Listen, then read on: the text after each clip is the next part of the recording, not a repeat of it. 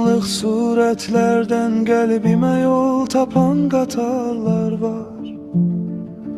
Havada akışan gülüşlerin kendirinde ruhlarımızın serbazları gezişir.